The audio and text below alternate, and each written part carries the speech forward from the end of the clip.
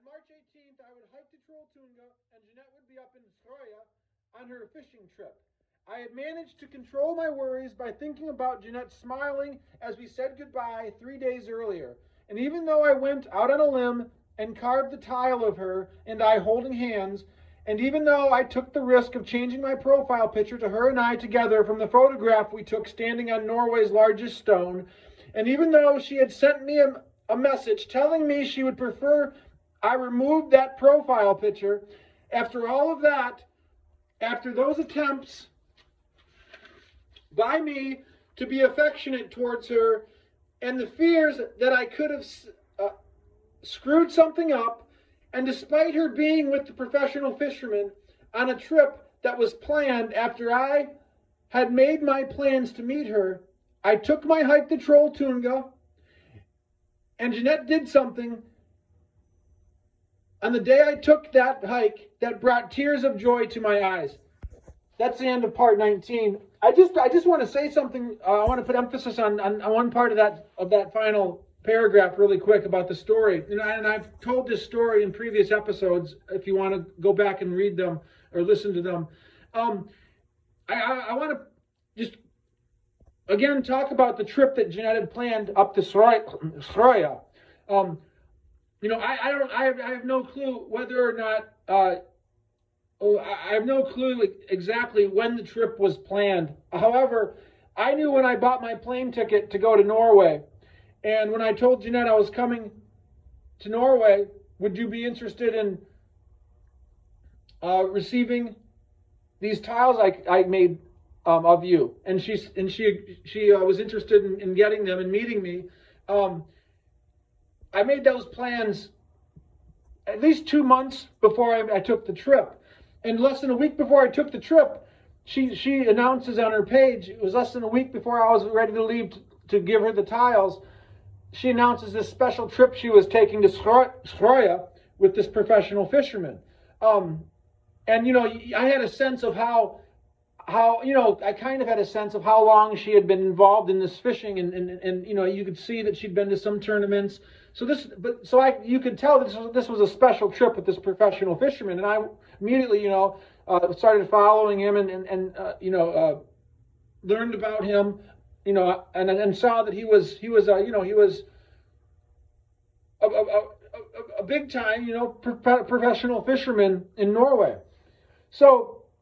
It was again at that time I had not yet met Jeanett yet. I had these tiles I wanted to give to her.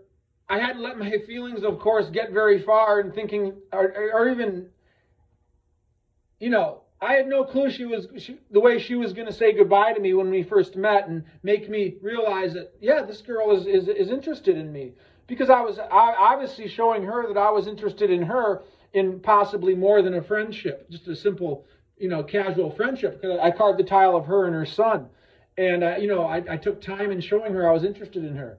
So, and I was tagging her in this on your page, and so I didn't quite understand the whole tagging system, but at the time, tagging was something that I guess it tags her in it, and I think it showed up in maybe her photo album or something because I tagged her in it. I don't know for sure. I announced on social media when I was making my trip to Norway, I believe. So as far as how that trip that Jeanett was taking to Sroya was planned out, whether people were following her and saw this American artist was making art of her, and then I had an open profile, so they saw when I was coming, and then they chose to use this opportunity to make this plan with Jeanett. I can try to imagine all the different scenarios. It doesn't really matter, because bottom line is that I met Jeanett and she was showing interest in me. And it took, like I said, as I explained, it takes time for me to believe it and to really feel that this is really something that I can believe in with her. But there was a sense of how she must be feeling when she left Oda, and I'm in Oda with the tiles that she said she would get at a later date.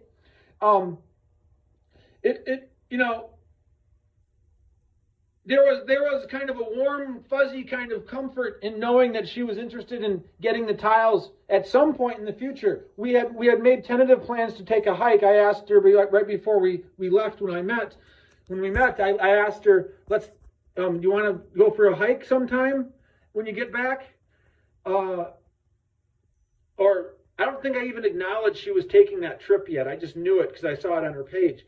So she said, yeah, we can go for a hike. And but I still had these. The most important thing were these tiles I wanted to give her. So I was, as I'm explaining in the story, there's some kind of connection going on through the instant messenger, and she's up in Soroya. Well, of course, as I explained, my mind is reeling. What is she doing? Are they sitting together on the plane? Do they have a room together in the hotel? What's going on? Are they just partying out and socializing every night together? And of course, as I explained, I had a comfort level with Jeanett being with men because I had been following her for a couple years. So it became, and I accepted that. But this is where it gets kind of interesting to think about because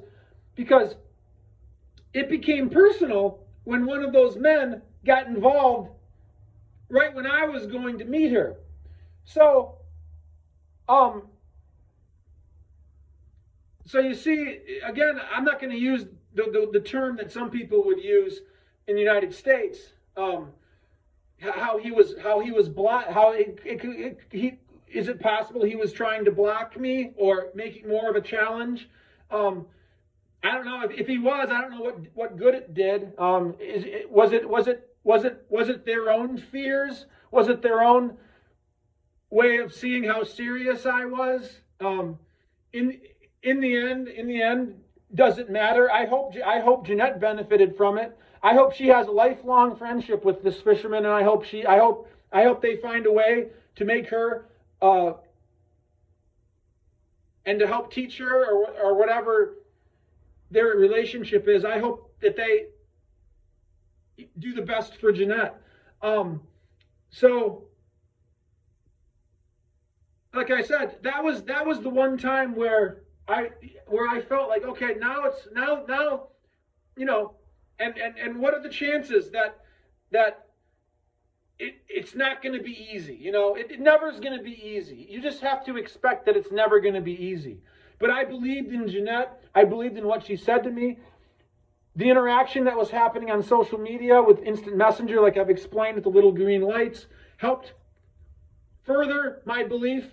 And in the end, whatever happens, happens. But I believed in what she told me, and I believed that even though this new man was all of a sudden part of my life now in a personal way, and if it was done to challenge anybody, I will forever say I don't know why it has to be that way. But whoever thinks that it does, so be it. And on to part 20, the Trolltunga story.